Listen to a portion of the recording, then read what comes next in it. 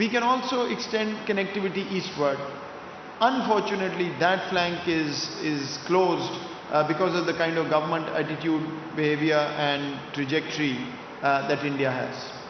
You've seen Pakistan's counter-terrorism performance, alhamdulillah, since 2007 and where we are today.